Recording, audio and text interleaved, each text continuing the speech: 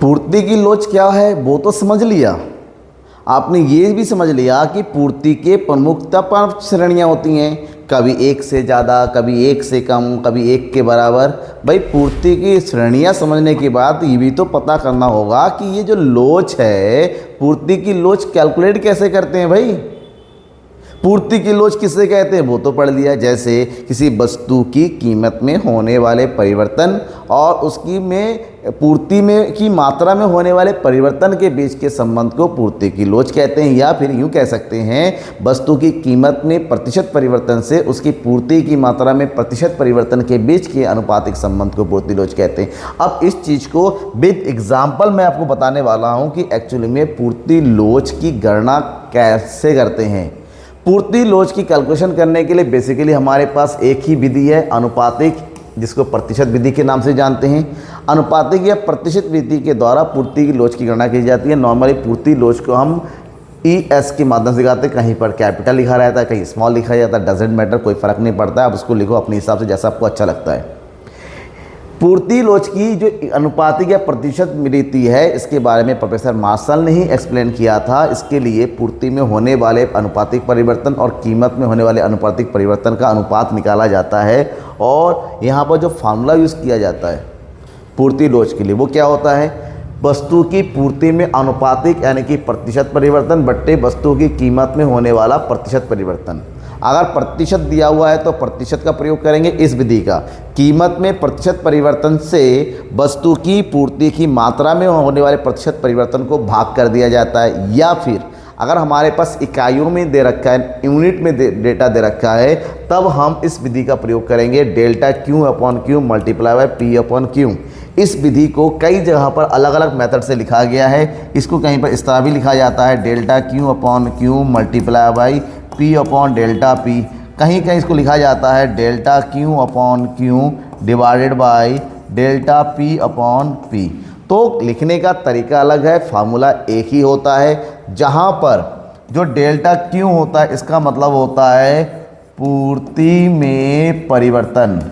कैसे निकालते हैं, पहले कितना बाद में कितना हुआ, पहले उन दोनों, क्योंकि वस्तु की पूर्ति और कीमत में हमेशा धनात्मक संबंध होता है तो यहाँ पर परिवर्तन भी प्लस में आएगा और हमेशा जो रिजल्ट आएगा वो भी प्लस में ही होगा।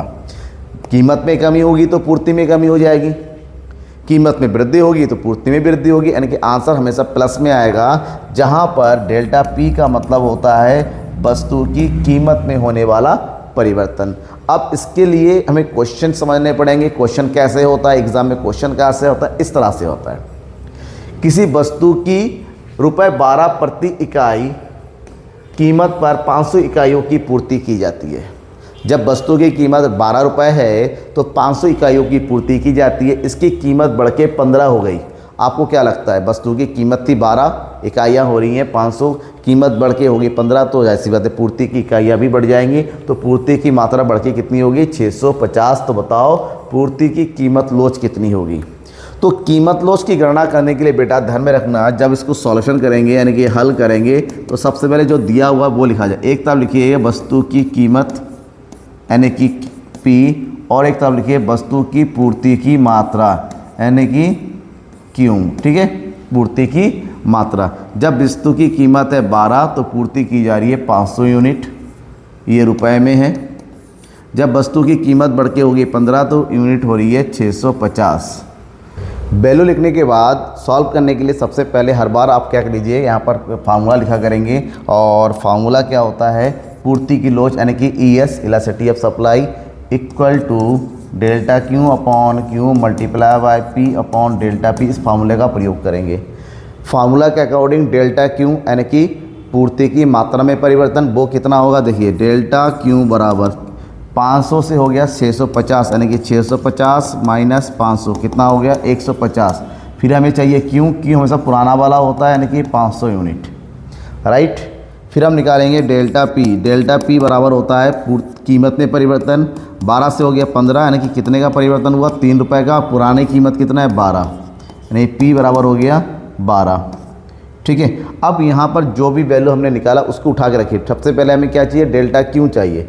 डेल्टा Q कितना है 150, तो ये हो गया आपका 150। फिर चाहिए हमें पास Q कितना मिलेगा 500, फिर चाहिए हमें पी कितना दिया हुआ है बेटा, पी दे रखा है कितना 12 बट्टे डेल्टा पी कितना दे रखा है 3। अब इसको कैलकुलेट करो, सिंपल कैलकुलेशन है, बहुत बड़ा मैथमेटिक्स नहीं चाहिए आपको, साइंटिस्ट नहीं होना है, हल्का सा प्लस माइनस आना चाहिए, मल्टीप्लाई आना चाहिए। तो करो 3 एकम 3, 3 चौके 12 ये आ गया, इससे ये करेंगे 5 तिया 15, 5 दशम 10, तो कितना हो गया 3 चौके 12 ये हो गया, 10 एकम 10 ये हो गया। इसका मतलब होता है पूर्ति की लोच 10 से 12 को भाग करेंगे 1.2 हो गया। तो 1.2 पूर्ति की लोच होने का मतलब ही हुआ कि यहाँ पर ES इक्वल टू 1.2, मतलब पूर्ति कैसी है, इकाई से अधिक लोचदार पूर्ति।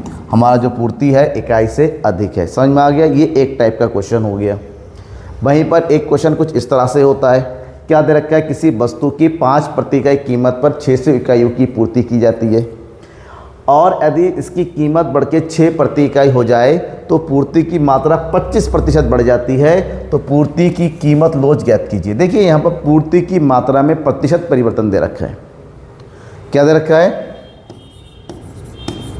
पूर्ति की मात्रा में परिवर्तन कितना दे रखा है 25%। लेकिन हमारे पास जो कीमत है, क्योंकि अगर प्रतिशत की विधि की बात करते हैं तो ES बराबर होता है पूर्ति की मात्रा में प्रतिशत परिवर्तन बट्टे वस्तु की कीमत में प्रतिशत परिवर्तन, ये फार्मूला होता है। तो पूर्ति की मात्रा में प्रतिशत परिवर्तन तो गिवन है, लेकिन कीमत में गिवन नहीं है। तो कीमत में प्रतिशत परिवर्तन निकालने के लिए देखिए कीमत पहले किधर है, कीमत में परिवर्तन निकालिए। पहले कीमत में परिवर्तन पहले कितना था 5, 5 से बढ़ के कितना हो गया 6, यानी कि 6 माइनस 5 यानी कि 1 रुपये का परिवर्तन हुआ। अब इसे 1 रुपये को प्रतिशत परिवर्तन में कन्वर्ट कीजिए। आपको प्रतिशत परिवर्तन बराबर 1 रुपये का परिवर्तन हुआ मल्टीप्लाई बाई 100। पुराना कीमत कितना था 5, 5 से भाग कर देंगे तो इनकी 5 दूनी 10 यानी कि कितना प्रतिशत हुआ 20%। ओके, आ गया। ये हो गया पूर्ति की मात्रा में परिवर्तन 25, अब पूर्ति की कीमत में परिवर्तन हो गया 20। 20 से 25 को भाग करना है केवल आपको, कितना आ जाएगा 20 से कम 20, 20 दूनी 40, 20 पंजे 25 यानी कि 1.5। ये आ गया हमारा पूर्ति की लोच। यहाँ पर भी लोच 1 से अधिक है, यानी कि पूर्ति की लोच इकाई से अधिक है। ये हो गया एक टाइप का क्वेश्चन और आता है आपसे, और ये क्वेश्चन ध्यान रखिएगा। इस क्वेश्चन में क्या दे रखा है कि यदि वस्तु की पूर्ति की लोच 3 है, अगर लोच गिवन है, क्या दे रखा है हमारे पास पूर्ति की लोच कितना है 3, तो उस स्थिति में हो ना हो कोई ना कोई मात्रा या फिर कीमत में पूछा गया है। कह रहा है वस्तु की कीमत 8 प्रति इकाई कीमत होने पर 20 इकाइयों की पूर्ति होती है, और अगर वस्तु की कीमत 2 रुपये की हो, 2 रुपये की वृद्धि हो जाए, यानी कि 8 थी, 8 से 2 रुपये बढ़ जाकर 10 रुपये हो जाए, तो बताओ वस्तु की कितनी मात्रा की पूर्ति करेगा। जाहिर सी बात है वस्तु की कीमत बढ़ गई तो पूर्ति भी बढ़ेगी, लेकिन कितनी वो निकालना है। तो यहाँ पर सेम वस्तु की कीमत एक तरफ रखिए, पूर्ति की मात्रा एक तरफ रखिए। वस्तु की कीमत जब है 8 तो पूर्ति हो रही है 20 यूनिट की, वस्तु की कीमत बढ़ के होगी 10 क्योंकि 2 रुपये की वृद्धि हो रही है।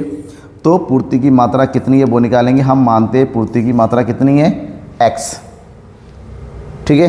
फार्मूला क्या है, फार्मूला अप्लाई करना है हमें, पूर्ति की लोच बराबर delta Q upon Q multiply by P upon delta P. इस फार्मूले का यूज़ करना है। डेल्टा क्यू चाहिए हमें, डेल्टा क्यू बराबर हो जाएगा x माइनस 20, और वहीं पर क्यू हो जाएगा 20, जबकि डेल्टा पी यानी कि कीमत में परिवर्तन हो जाएगा 10 माइनस 8 यानी कि 2, और पुरानी कीमत हमारी कितने हैं 8। अब जो भी वैल्यू हमारे पास गिवन है उठा के फार्मूले में रखिए। क्या क्या गिवन है देखिए, पूर्ति की लोच हमारे पास है 3, पूर्ति की मात्रा हमारे पास परिवर्तन हो गया x माइनस 20 बट्टे पुरानी की पूर्ति कितनी है 20, पुराना कीमत है 8 बट्टे डेल्टा पी हमारे पास कितना हो गया यहाँ पर 2। सॉल्व करना आता है ना, कैलकुलेट कीजिए। थोड़ा सा x की वैल्यू निकालना है हमें, तो यहाँ से ये हो गया 2 एकम 2, 2 चौके 8, 4 एकम 4, 4 पंजे 20, ये कट गया आपस में। तो ये 5 को उठा के यहाँ लेके आएंगे, 5 दिया 15 बराबर x माइनस 20। एक क्वेश्चन तो सॉल्व किया होगा ना क्लास 6, 7, 8 में, ये माइनस का उठा के यहाँ आ जाएगा, तो ये हो जाएगा 15 माइनस प्लस ये हो गया x यानी कि x बराबर हो जाएगा कितनी यूनिट 35। यानी कि जब वस्तु की कीमत बढ़ के ₹10 होगी उस समय वस्तु की कीमत बढ़ के कितनी हो जाएगी 35। तो ये हमारा कितना हो गया आंसर। ठीक है, समझ में आ गया। इस टाइप में क्वेश्चन की जहाँ पर कीमत नहीं होता है, कीमत निकालना पड़ता है, मात्रा नहीं है तो मात्रा निकालना पड़ता है, इवन पूर्ति की लोच कीमत होता है। तो क्या हुआ, समझ में आया नहीं आया, कोई डाउट होता है किसी भी तरीके का तो बेझिझक हर एक डाउट को पूछने के लिए आप बिल्कुल है, कमेंट बॉक्स है आपके पास, तमाम लिंक दे रखा है, मोबाइल नंबर दे रखा है, और उससे पहले सब्सक्राइब और लाइक ज़रूर कीजिएगा। ठीक है, थैंक यू एंड बाय।